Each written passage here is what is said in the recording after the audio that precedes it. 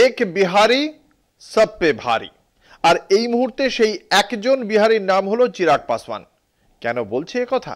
কারণ দোরগোড়ায় এসে যাওয়া বিহার নির্বাচনে নীতিশ কুমারের প্রতিদ্বন্দ্বী হিসেবে এবার ভাসিয়ে দেওয়া হলো চিরাগ পাসওয়ানের নাম। প্রয়াত রামবিলাস পাসওয়ানের পুত্র লোক জনশক্তি পার্টির নেতা চিরাগ ইতিমধ্যেই জানিয়েছেন তিনি কেন্দ্রের রাজনীতি ছেড়ে বিহারে ফিরতে চান।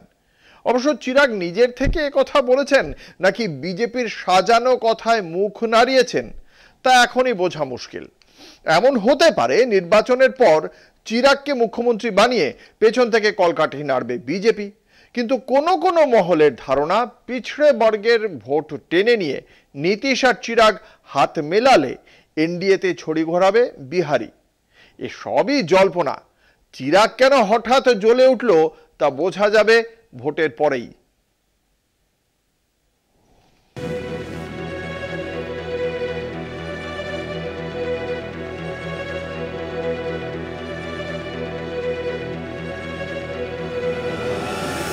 একটি ঢিল খরচ করে বিহারে একাধিক পাখি মারার ফন্দি বিজেপির। কৌশলী খেলা চলছে বিহারের বিজেপি জোটে।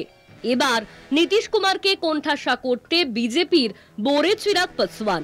প্রয়াত রামবিলাস পাসওয়ানের পুত্র চিরাগ ইতিমধ্যেই জানিয়েছেন তিনি কেন্দ্রের রাজনীতি ছেড়ে বিহারে ফিরতে চান।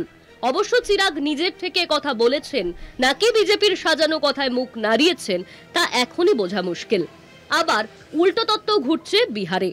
नीतीशेर पाशे दाঁড়িয়ে बीजेपीर ऊपर पाल्टा चापेर कौशल चिरागेर। ये बात मैंने कही है कि मैं बहुत लंबे समय तक अपने आप को केंद्र की राजनीति में नहीं देखता हूँ। मेरा राजनीति में आने का कारण ही बिहार और बिहारी रहे हैं। ऐसे में मेरी इच्छा है कि मैं जिस सोच के साथ राजनीति में आया हूँ, मेरा एक अपना विजन भी है, बिहार फर्स्ट बिहारी फर्स्ट। ऐसे में मैं चाहता हूं कि मेरा राज्य बिहार विकसित राज्यों की श्रेणी में बराबरी पर आकर खड़ा हो। जो तीसरी बार का सांसद बनने के बाद मुझे एहसास हो रहा है कि दिल्ली में रह के शायद नहीं संभव होगा। बिहारेर राजनीतिते मनोयोग दिते केंद्रीय मंत्रित्व छेड़े दिते चान चिराग। राज्य राजनीतिते चिरागेर फेरत आसार इच्छाके आसन भागाभागिर जन्य बीजेपीर ऊपर चापेर कौशल हिसेबेও अनेके देखছে। ऐसे में अगर पार्टी चाहेगी, और जब मैं ये कहता हूं कि पार्टी चाहेगी तो छूटते ही आप लोग ये सवाल दागेंगे कि भैया आप ही पार्टी हैं।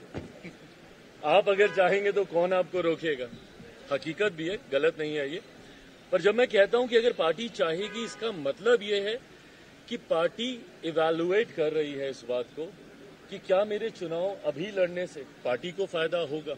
ইতিমধ্যেই এনডিএ জানিয়ে দিয়েছে নীতিশ কুমারই বিহারের পরবর্তী মুখ্যমন্ত্রী। তবে আচমকা অন্য এক জল্পনাও শুরু হয়েছে। নীতিশের স্বাস্থ্যের কথা বিবেচনা করে বিকল্প তুলে ধরতে চাইছে বিজেপি। সেই ভাবনাতেই হঠাৎ শিরোনামে চিরাগ পাসওয়ান। বিহারের রাজনৈতিক পর্যবেক্ষকদের একাংশের ধারণা নির্বাচনে নীতিশের দল ও চিরাগের দল প্রায় সমান আসন পেতে পারেন। সেক্ষেত্রে মুখ্যমন্ত্রিত্বের দাবিদার হতে পারেন দুজনই। আর সেই বিরোধের সুযোগ কাজে লাগিয়ে মুখ্যমন্ত্রীর কুর্সির দখল নিতে পারে বিজেপি।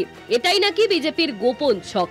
বিজেপির উপর চিরাগের দল এলজেপির চাপ বৃদ্ধি এনডিএর জন্য শুভ লক্ষণ নাও হতে পারে।